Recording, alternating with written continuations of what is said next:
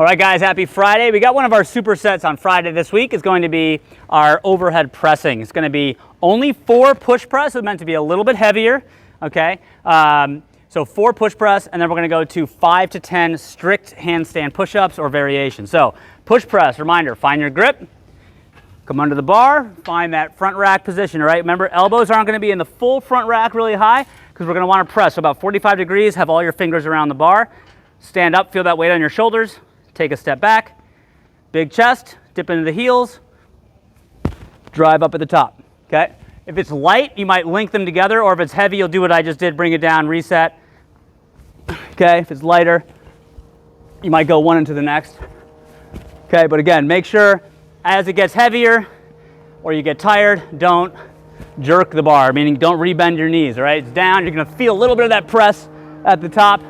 That's meant to get you fatigued for the strict handstand push-ups. So strict handstand push-ups, 5 to 10 reps. I'm cool with you doing a shorter range of motion, so if you want to stack up some pads, okay, so you can practice getting upside down.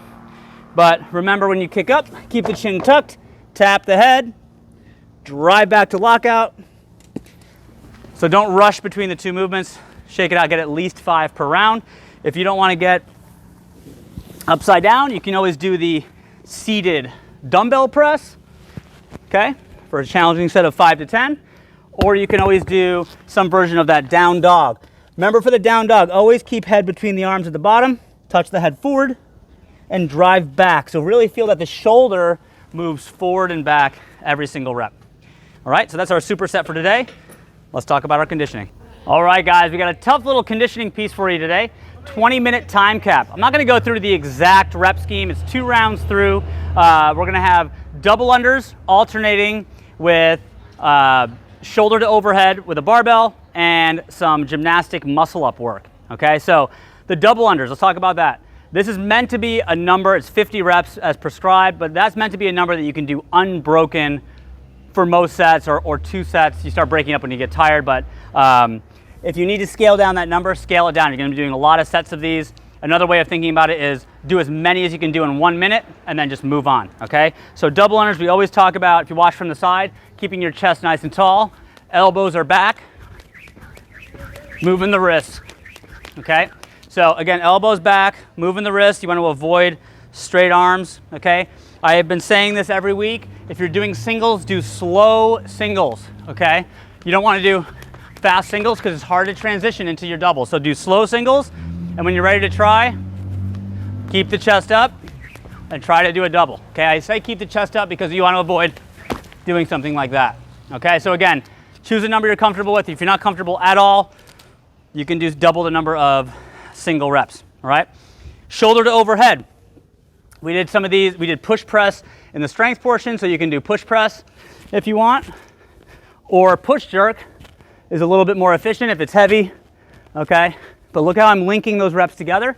We're trying to be efficient, really using the legs, okay, to get that weight overhead. Really focus on leg drive, okay? So it's gonna be 20 reps per set, something you're comfortable moving through for probably a set of 10 at least. And then the last 2 movements is gonna be both ring muscle ups and bar muscle ups, okay? So it's meant to be 12 for guys, 10 for women. On the reps here, of course, feel free to scale that number down if you're just learning. Try not to miss any reps, okay? Good quality reps. When you're just learning, like 5 or 6 reps can be a lot, all right? So I don't have any high rings out here, so one thing we'll talk about for scaling the ring muscle ups, we'll be doing ring dips. Ring dips are a great skill. A lot of people need to develop that basic strength if they ever want to do a ring muscle up. So for this, you can use a band, put it on one hand, put your foot in, and then work on getting a full range of motion. So at the bottom, your bicep should touch the ring, and at the top, your arm should lock out.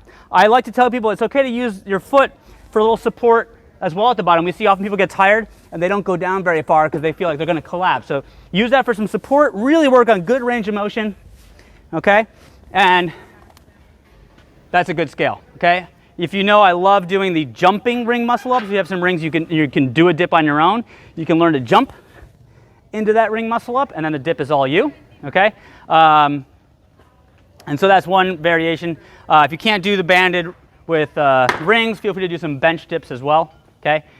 And the end of the workout, you also have to do bar muscle ups. So let's look at bar muscle ups, all right? So for the bar muscle ups, remember we can use a band, we can do jumping, right? So band, you start here, you can swing and get yourself up and over. That's a bit more advanced. And again, if you know, if class allows it, doing a jumping bar muscle up is a great way to learn that transition feeling, to get some reps in. Remember, think about for an advanced athlete, they're going to be able to do multiple reps relatively quickly, so it's okay if it feels easy, and you start to see what it feels like to get through that range of motion. All right, so 20-minute cap, scale to your needs, guys. Have fun with it. See you tomorrow.